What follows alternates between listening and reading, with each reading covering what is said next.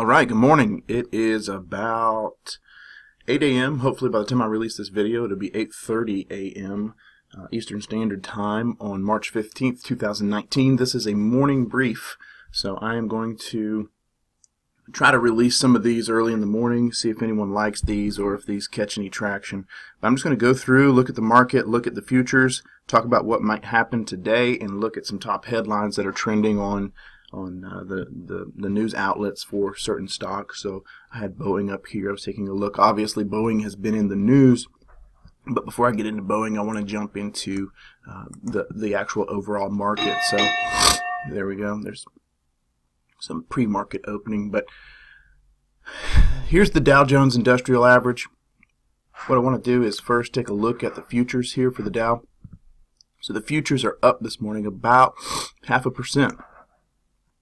So there's an implied open of about 115 points. So if I take a look at the Dow over here, we'll just analyze this real quick and see what we think. Is this going to be a sustainable move this morning? Now, oftentimes the market will open in one direction, move that way until about 10 a.m. or so, and then kind of hook and go the other way.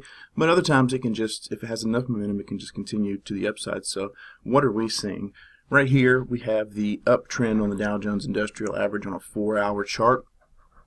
Obviously trending up, and our oscillator is low here on the stock RSI.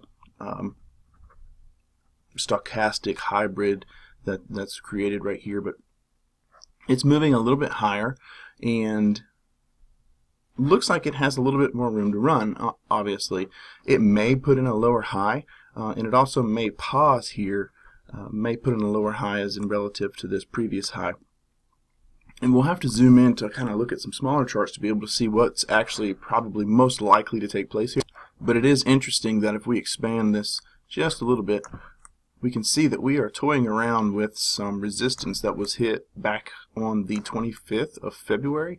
So that was some resistance. So if we were to climb back, we'd have to break that area in order to break, previous highs. That previous high here is actually a pretty strong resistance area. So let's dive down a little bit closer into some of the smaller time frames here. This is where it gets pretty interesting. If we move over to a 3-hour chart, the 3-hour chart has us overbought here on the oscillator. So we have it right here at a level of 95.49, and that's really high. But the point that I'm trying to make here is that when we get to this area of overbought, this is a significantly lower high than this previous high back here on 225. So we have to really kind of think through what are the probabilities that we're able to jump up to break this high here. So we know that the market's probably going to open up about 100 points. So we had a close yesterday at about 25,709. So it's going to open at 25. Let's just call it 25.8. So 25.8 is only going to be there. So that's not a significantly higher open. But this oscillator doesn't have a whole lot of room to run. Plus we have the MACD weakening here, and I want to show you this. If I jump over to the DIA, which is derived from the Dow, this is just the SPDR, Dow Jones Industrial Average ETF. This one actually has a volume measurement, and so we can pay attention to how strong this move has been, the previous up move here. And what we can see is that we are seeing some higher volume on these red candles here. You see these red lines overtaking some of these greens, so we're seeing an influx of red volume just as we did on this decline. You can see how these red bars are starting to gain momentum on the green bars for this down move, whereas previously these green bars would be greater than the red bars on an up move. That's what we're starting to see here on the 3-hour chart. But let's jump over to the smaller time frames. We're going to see more of the same.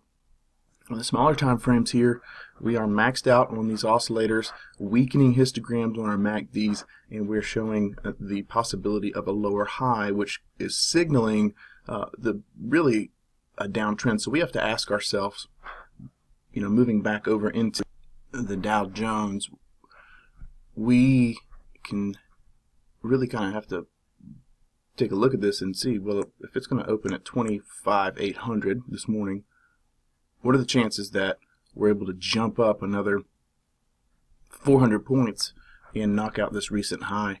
I don't think that's very likely before we see more down movement. We see these oscillators at least digest back to an oversold position. So it wouldn't be surprising to me to see some up move this morning in the Dow. Obviously the futures are pointing towards that, but probably unable to sustain itself before it has to digest and move lower on this Friday. Jumping over to the Qs, we have the futures of the NASDAQ. They're going to show something very similar to the Dow. The futures on the NASDAQ are saying, hey, implied open up about 39. That's about a 0.5% open. I'm going to just take a look at the Qs here, and you're going to see something pretty similar to what we saw over on the Dow, except for we are, we don't have the possibility of putting in a lower high, but we are setting up a potential, bearish type of divergence here where we have a new recent high relative to previous highs. But our oscillator has not made it higher than the previous value of the oscillator, and that's a bearish signal right there. We also have some tweezer type of top patterns that are showing there, which is another bearish signal. And if we kind of zoom out here, we're going to see that we are at an area of resistance based on the recent high of 1017. I say recent as in recent monthly high, 1017 2018. We are at that very clear resistance level. It's probably going to be a level that's hard to break, and so I would not be surprised to see this, especially when we use this in correlation with the Dow, to see this actually falling going into this Friday, maybe into next Monday. And so even though we have a higher high, it still is showing a bearish signal here. And if we go down to smaller time frames, you're going to see that these oscillators are high as well. If I come all the way down here to the 60-minute time frame, well, this oscillator's low, so could it actually swing up higher in the short term? Well, it can here. This morning you could see it jump up just a little bit at the open. But one of the things we want to see in order to really have confidence in a move is that the previous move actually retraced to a good support level on our Fibonacci's, and I wouldn't consider it a good support level until we got all the way down to like 38.2% retracement here. So that would be 174.59. We're at 176.73. So I'm not thinking this low oscillator here is going to send us to the moon if it were to go up this morning. I think rather it might retest highs, probably fall short of that, and then try to move its way back down here, which would then would be indicative of a move lower on the higher time frame charts. Kind of a conundrum there, but a move lower as facilitated by the higher time frame or on the higher time frame charts as well, is what I'm trying to say. Alright, so I don't want this to get out too long, so that's my overall analysis of the market there. We don't have futures here for the Russell, but the Russell is actually putting in some lower highs here as well, and so the Russell actually reminds me of the Dow. So more of the same there on the market indices. So I want to jump over into some stock specific news. So taking a look, Tesla has been in the news recently. So what we have here is a headline: Tesla unveils the Model Y, its newest crossover SUV. It's starting at $39,000. There's a lot of talk around this. The first affordable Tesla vehicle is unveiled recently, and now we're talking about the SUV, which could be a big deal. Let me actually kill that sound. So if you have an important customer. Sorry. So the SUV could be, a big deal for Tesla, just because, well, SUVs are some of the best-selling vehicles on the market. So let's just take a look real quick at Tesla, see what's been going on. If I pop over here to look at Tesla, we have a series of lower highs here on the larger time frames, and so it does look like Tesla has been weak recently. If I come here on the 4-hour chart, I don't have a whole lot that I can take from this other than the fact that we have been trending down. So overall, the price of Tesla is going down. The market has recently fallen. The Dow and the S&P, the Russell, the NASDAQ, as we just looked at, but that's not helping Tesla in the near term. But if we actually take a look over here at the 3-hour chart, we have, the oscillator going high again. We just talked about how the market looks like it could pull back a little bit lower, and that's not going to help Tesla here. So maybe Tesla, goes a little bit higher in the morning. We have some huge red volume going to the downside here, some huge red volume here and here. So The pattern that we're seeing in Tesla is red volume spikes going down, weaker green followed by more red volume driving it down, weaker green followed by more red volume, and it looks like the red volume is picking up a little bit here. So I'm not very bullish on Tesla right now, even though some of this news that's coming out is pretty good. So near term, I'm not very excited about buying Tesla going into next week or anything like that. No, I'm not talking about long-term as an investment. I think long-term as a long-term investment, that could be an entirely different story for Tesla. I'm just talking about short-term trading here. Okay, so moving into the biggest story of this week, in my opinion. So Boeing is now pausing deliveries of the 737 MAX after the FAA grounds aircraft following fatal crashes. Many countries had already grounded the 737 by the time the U.S. had kind of gone along with this. This is big news for Boeing. This is what has really been drawing the Dow down this week.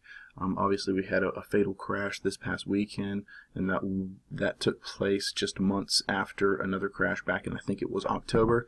And so Boeing is really on its toes right now trying to figure out what's going on here. But this is a giant of a stock, and it will affect the market.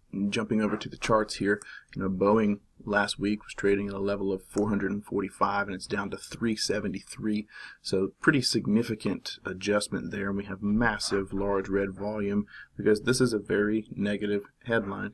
So overall, when bad news comes out on a stock like this, it could present a buying opportunity. It's actually testing a gap line here. You see this gap that was created back in January of 2019. Well, it's testing this gap line, trying to find this area of support, but if it does, it's still going to have a gap up here it's going to have to contend with. So overall, it looks like the oscillators are low, but we still have a really strong negative MACD, and the market is going to now pull on this as well. So it's kind of like, which came first, the chicken or the egg? Is the market going down because of Boeing? And so will Boeing pull the market down, or will the market pull Boeing down? Well, it's kind of a reciprocal relationship there. Both is the answer to that question. So Boeing is already down, and it's like if the market were to turn down because of a number of other securities falling here in the short term, it's like kicking someone while they're down. And so I'm not super bullish on Boeing, even though we could see a slight pop higher in Boeing just because it is so oversold here. I'm not thinking it's going to be very strong to the upside. So some risk takers will buy this, obviously. If you're holding Boeing in your portfolio long term, it might be a great opportunity to get in at a lower price because I know that they will sort this out. But short term, it's really hard to trade something like this going into next week with a holding period of a day or 2 or 5 days. Very hard to know what's going to happen next with Boeing. And lastly, some big news on the front for Facebook. So Facebook is in the headlines again yesterday and again this morning. Facebook product chief Cox to exit as focus shifts to messaging. So on March 14th, yesterday, Facebook, their product officer the chief product officer and one of its earliest employees, Chris Cox, said on Thursday that they are leaving the company just days after Chief Executive Officer Mark Zuckerberg revealed a plan to pivot the world's biggest social network to an encryption-focused messaging company. All right, so let's take a look at Facebook here. Facebook, it's hard to get a good read on Facebook. Again, the overall market, I think, is going to pull to the downside eventually here.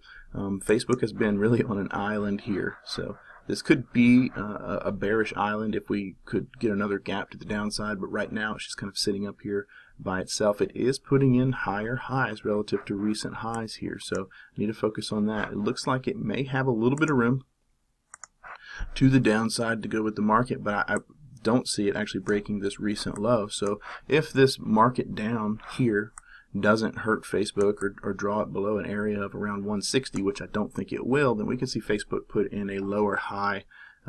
Obviously, the news isn't going to be very good on it this morning. It'll probably fall around $2 or $3 just at the open. So we're going to see it hitting these areas here, maybe finding support down here at 166. And then, these oscillators will be low, and so the market's going to pull it down a little bit as well. So, we'll probably see Facebook around these areas sometime today. Not sure what it will do next week. To be honest, it's hard for me to get a good read on what's going on here. So I wouldn't be trading Facebook either. I'd just look for some easier opportunities. Okay, well that wraps everything up for this morning. Hope that was helpful. I'm going to go ahead and try to get this video uploaded, and I hope that you have a profitable day.